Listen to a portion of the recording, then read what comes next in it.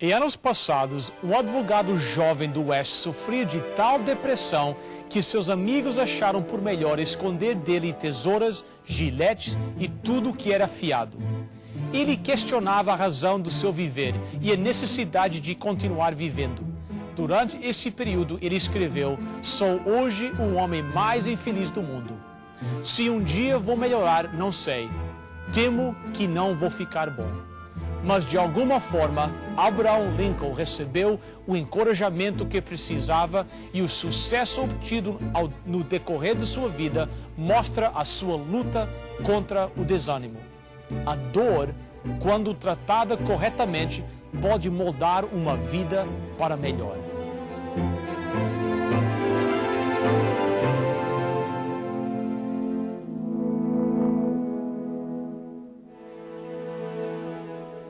Venceu a prova do tempo. O livro de Deus, a Bíblia, ainda relevante neste mundo complexo. Está escrito, partilhando mensagens de esperança ao redor do mundo. Hoje no programa Está Escrito, o pastor Bill Santos apresenta o tema Aperfeiçoado pela Dor. Parece uma filosofia cruel. Por que teria alguém que sofrer? A.W. Tozer disse certa vez: parece haver dúvida se Deus pode abençoar um homem grandemente antes que ele passe por profunda dor. Nenhuma vida exemplifica isto tão claramente como a vida de José. Na última vez que falamos sobre José, ele se encontrava na prisão. Agora, 2 anos mais tarde, continuamos com a sua história. A história nos relata que ele havia dito ao copeiro 2 anos antes: "Agora que interpretei o seu sonho, não se esqueça de mim. Quando você for promovido, mencione o meu nome a Faraó e tire-me deste lugar. Lembre-se de mim." O copeiro não se lembrou de José. Depois de 3 dias desse incidente, o copeiro saiu e teve sua posição restituída. Logo se olvidou do calabouço e dos companheiros que ali permaneceram. 2 longos anos se passaram. Uma vez mais na vida de José podemos pensar, depois de José ter passado por tantos problemas, por que coisas más acontecem novamente? Ele foi obediente e por isso Deus o promoveu. Deus estava com ele. Deus ainda trabalhava em favor dele. Um outro personagem bíblico que aprendeu através do sofrimento foi Jó. Pobre Jó, massacrado pela calamidade, morte de 10 filhos, imagine só, sua casa destruída, a perda de todos os bens, incluindo a saúde. Jó capítulo 23, verso 3. "Ah, se eu soubesse onde poderia achar, então me chegaria ao seu tribunal. Exporia ante ele a minha causa, encheria a minha boca de argumentos, saberia as palavras que ele me respondesse e entenderia o que me dissesse. Acaso, segundo a grandeza do seu poder, contenderia comigo? Não, antes me atenderia. Ali o homem reto pleitearia com ele, e eu me livraria para sempre do meu juízo. Eis que se me adianto, ali não está. Se torno para trás, não o percebo. Se opera à esquerda, não vejo. Esconde-se à direita, e não o diviso." Jó está dizendo: eu gostaria de encontrar Deus. Como gostaria de falar com Ele abertamente sobre a minha situação e perguntar-lhe por que estou passando por tudo isto. Gostaria de ter todas as minhas perguntas respondidas. Gostaria de ter meus velhos problemas resolvidos. Apesar de tudo o que havia passado, Jó acreditava que Deus o ouviria. Será que Deus me daria uma bofetada e diria: fique calado esperando? Não, Ele me daria atenção. Apesar de ter fé, Jó ainda questionava. O que Deus está fazendo, eu não sei. Não sei onde Ele está. Não consigo ver o que Ele vê. Mas isto eu sei. Isso eu sei e amo. Jó 23, versículo 10. mas ele sabe o meu caminho. Se ele me provasse, sairia eu como o ouro. Os meus pés seguiram as suas pisadas, guardei o seu caminho e não me desviei dele. Do mandamento de seus lábios nunca me apartei, escondi no meu íntimo as palavras da sua boca. A frase-chave nesta afirmação está no seu início. Quando ele me provou. Jó não queria dizer, quando ele me provou, ganhei $1 milhão, ou quando ele me provou, recebi de volta tudo que havia perdido, ou ao ser provado, minha esposa vai pedir perdão e aceitará todas as diferenças. Ou ainda, quando ele me prova, tudo voltará ao normal. Não, Deus não prometeu o que é o exterior, mas sim bênçãos interiores. O Senhor prometeu a Jó, no final do processo, você sairá como um ouro. Então estará preparado para me servir onde eu indicar. É assim que uma pessoa se encontra apta para encarar qualquer promoção que se apresentar. Assim estava José quando deixamos. Ainda ele se encontrava em processo. O ouro ainda estava sendo refinado. Seu coração ainda estava sendo quebrantado pela aflição e o abandono. Os 2 últimos anos não foram animados ou memoráveis.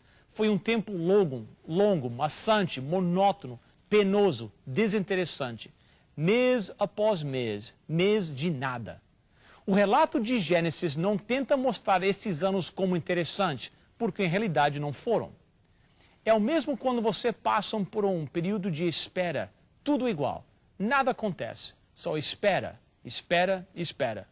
Por outro lado, só parece que nada acontece, porém muito pode estar acontecendo. Os eventos acontecem mesmo fora do nosso envolvimento. Além disto, estamos sendo fortalecidos, estamos nos estabelecendo, estamos nos sendo aperfeiçoados, sendo refinados como o ouro puro. Voltamos à afirmação anterior. José estava sendo preparado para algo grande. Depois desses 2 anos completos, José passou por uma mudança brusca em sua vida. Num dia que parecia como qualquer outro dia. A manhã raiou como qualquer outra que antecipou. Da mesma maneira como a manhã em que Moisés viu a sarça ardente. Como a manhã em que Davi foi ungido rei por Samuel. Para José, este era nada mais do que qualquer outro dia no calabouço. Com exceção de algo desconhecido por José. Na noite anterior, Faraó teve um sonho ruim. Está relatado em Gênesis 41, verso 1.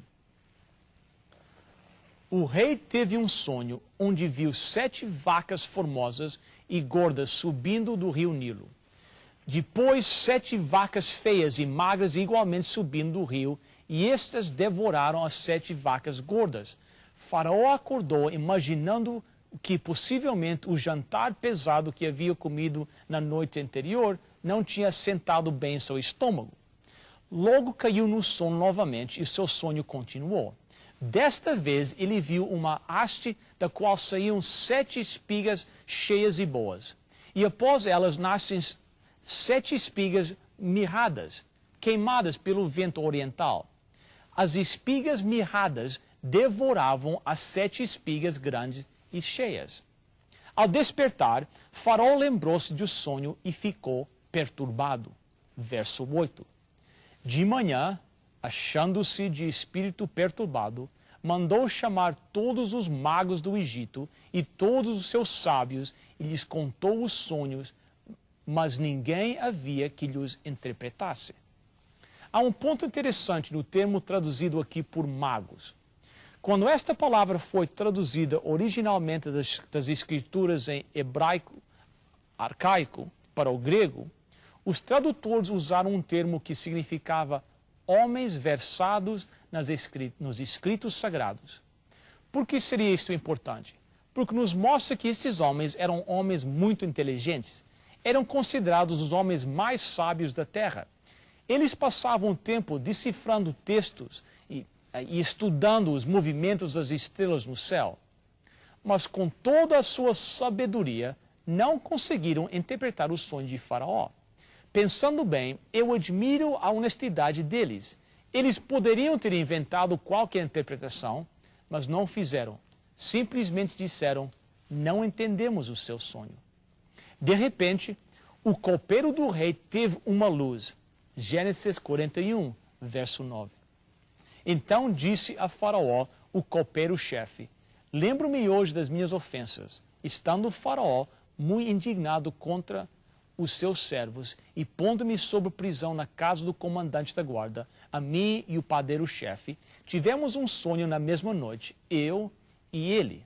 Sonhamos, e cada um sonho com a sua própria significação. Achava-se conosco um jovem hebreu, servo do comandante da guarda. Contamos-lhes os nossos sonhos, e ele nos interpretou, a cada um segundo o seu sonho.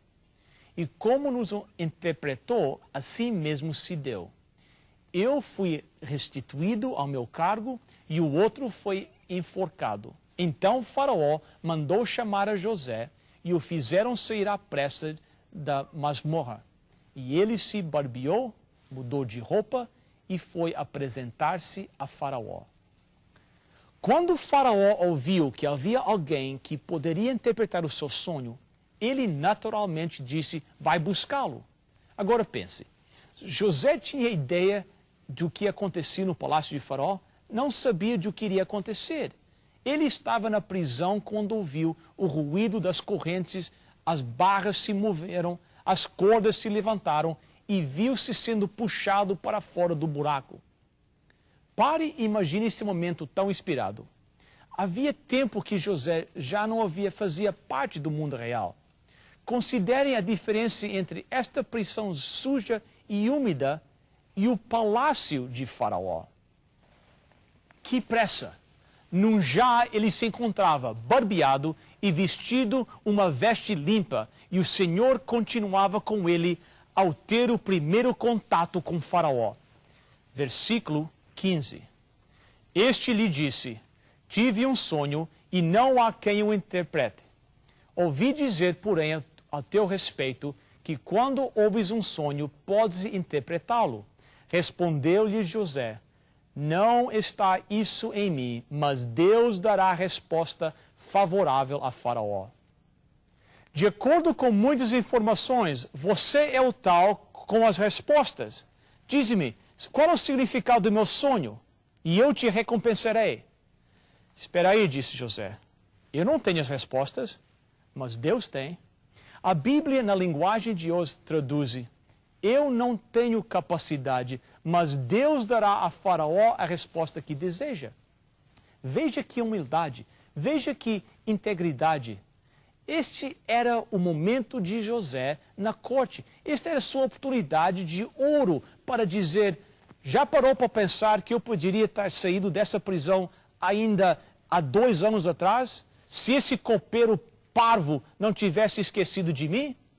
Ao invés disso, José disse, não sou eu quem dá as respostas, mas eu sirvo a um Deus que provê respostas. Vamos ouvi-lo e ele nos ensinará o que quer que aprendamos. Em realidade, ele disse, Faraó, lá acima das estrelas, para as quais os seus astrólogos fixam seus olhos, há um Deus que eles não conhecem. Ele somente poderá dar as respostas. Sabe por que José podia permanecer tão humilde e falar tão abertamente? Porque seu coração tinha sido quebrantado. Ele havia sido provado pelo fogo da aflição. Enquanto sua situação parecia insuportável durante esses anos, sua condição interna havia se tornado ouro puro. Podemos ver agora os benefícios de suportar as aflições com nossos olhos voltados para Deus. Durante toda a vida de José, dos 30 aos 110 anos, quando faleceu, nenhuma palavra de ressentimento foi proferida dos seus lábios. Nenhuma palavra culpando os seus irmãos que o venderam à escravidão. Nenhum ressentimento contra a mulher de Potifar. Nada contra o copeiro que dele se esqueceu. José agora estava em posição de atacá-los, mas não o fez. Mais tarde, voltaremos à história. Verso 25. Então lhe respondeu José: o sonho de Faraó é apenas um. Deus manifestou a Faraó o que há de fazer. As 7 vacas boas serão 7 anos. As 7 espigas boas também 7 anos. O sonho é um só. As 7 vacas magras e feias que subiam após as primeiras serão 7 anos, bem como as 7 espigas mirradas e crestadas do vento oriental serão 7 anos de fome. Esta é a palavra, como acabo de dizer a Faraó, que Deus manifestou a Faraó, que ele há de fazer. Eis aí vem 7 anos de grande abundância por toda a terra do Egito. Seguir-se-ão 7 anos de fome, e toda aquela abundância será esquecida na terra do Egito. E a fome consumirá a terra, e não será lembrada a abundância na terra, em vista da fome que seguirá, porque será gravíssima. O sonho de Faraó foi dúplice, porque a coisa é estabelecida por Deus, e Deus se apressa a fazê-la. Depois de ter ouvido o sonho, José disse: através de mim, Deus te revela o futuro, mas eu não passo de ser um mensageiro. Então passou a interpretar o sonho de Faraó. Os 2 sonhos têm o mesmo significado.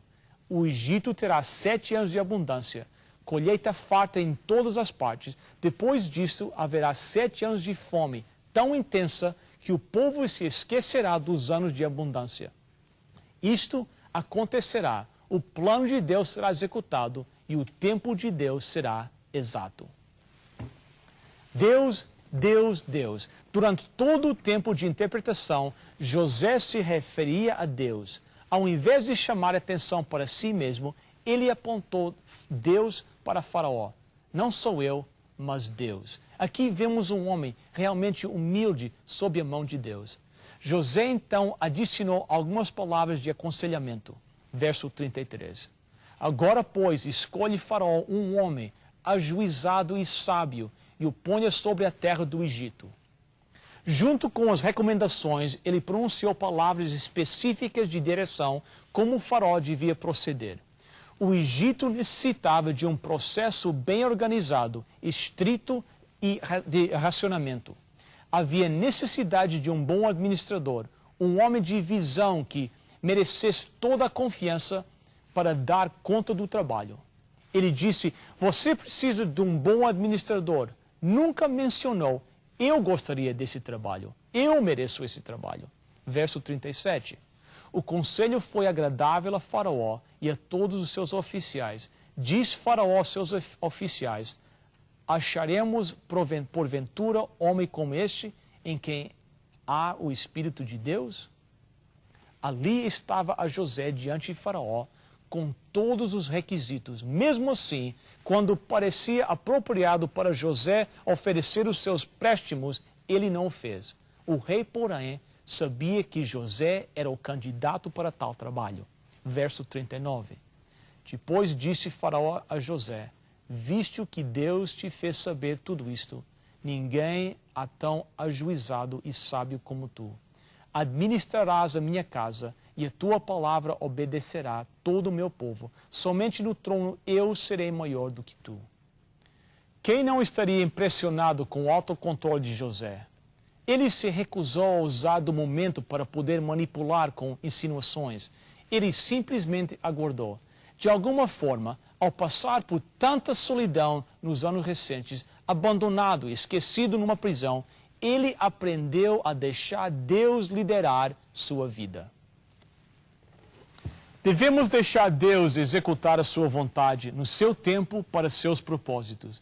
Se Deus está envolvido, ele atuaria. E é precisamente isso que aconteceu aqui. Deus estava envolvido e ele interveio. Faraó disse a José: uma vez que Deus te revelou isto, é claro que não existe ninguém mais sábio e com discernimento como você. Assim te colocarei no comando de tudo. A única pessoa que estará acima de você, que terá mais autoridade, sou eu. Você será o segundo na administração. Você será meu primeiro-ministro. Sabe o que Faraó viu em José? Ouro. Faraó abriu os seus braços como que tentando abordar toda a vasta terra do Egito e disse: é tudo teu, José. E então tomou o seu anel e colocou na mão de José. Com isto, o faraó deu a José lindas vestes de linho e colocou um colar de ouro no seu pescoço. E até lhe ofereceu um carro da corte. Apenas horas antes, José era um prisioneiro, maltrapilho e abusado num calabouço. Agora se encontrava com vestes reais, usando um colar de ouro, o anel do faraó e sendo conduzido num carro real. A promoção de José, tipo Cinderela, foi incrível, mas quando Deus determina que o tempo chegou, é assim que ele opera. Verso 46. Era José da idade de 30 anos quando se apresentou a Faraó, rei do Egito, e andou por toda a terra do Egito. José foi apontado, escolhido, selecionado, preparado e refinado como ouro por Deus. Como resultado, passou a usar o anel, o manto e o carro real. Que será que José pensava nesse momento? Creio que dizia para si mesmo: louvado seja Deus. O Deus de José estará conosco durante os dias escuros da perseguição. Ele não nos deixará, nem nos abandonará. Estará conosco nas noites mais escuras, fazendo-nos lembrar da alvorada. José aprendeu que um coração contrito e quebrantado não é o final do processo, mas sim o princípio. Ferido e esmagado pela onda da decepção e sonhos frustrados, José aprendeu que Deus nunca o abandonou. No final das aflições, ele tinha sido refinado e se transformou em ouro. Passou a ter grande estabilidade. Seu caráter tornou-se profundo e com qualidade superior. As promessas de Deus são também para nós, como foi para José. Sua graça ainda está disponível. Sua misericórdia nos acompanha do calabouço ao palácio. Amigo, se andas sem rumo na vida, vou olhar para Jesus. Ele tem a saída e a solução. Ele quer conduzir teu viver.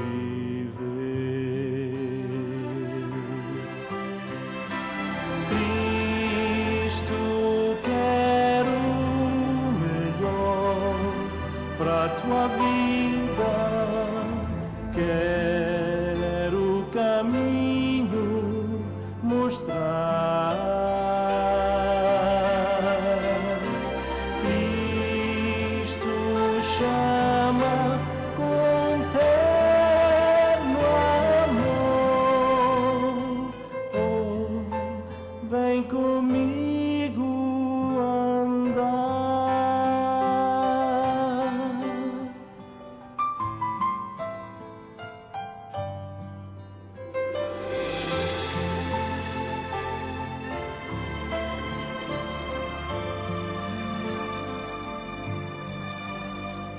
Também descobri que Jesus é a saída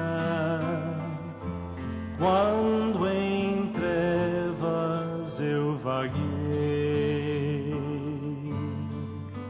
Recebi sua ajuda, pus-me a seguir os seus passos deixados aqui. Cristo quer o melhor para tua vida, quer o caminho mostrar. Cristo